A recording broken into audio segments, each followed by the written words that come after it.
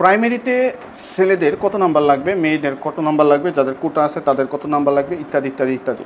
আচ্ছা, আপনাদের কেউ কেউ কমেন্টে উল্লেখ করছে যে অবশ্যই চাকরি পাওয়ার জন্য 90 নাম্বার পেতে হবে, তার মধ্যে 75 রিটেন, 25 ভাইবা, এই হলো 100, 100তে 90 নাম্বার পেতে হবে for getting a primary job as a assistant teacher.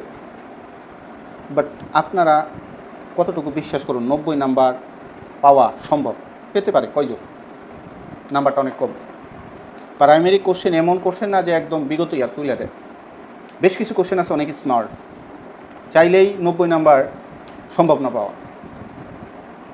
চাকরি পেতে 90 নাম্বার লাগবে কিংবা 90 পাইলেই আপনি চাকরি পাবেন, দুইটার কোনোটাই সত্য নাও হইতে পারে। যাই হোক, 90 নম্বর কেউ কেউ পাইতে পারে কিন্তু অনেকেই পাবে না, চাকরি তো হবে অনেক লোকের।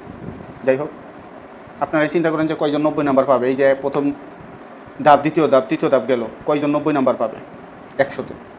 যাই হোক,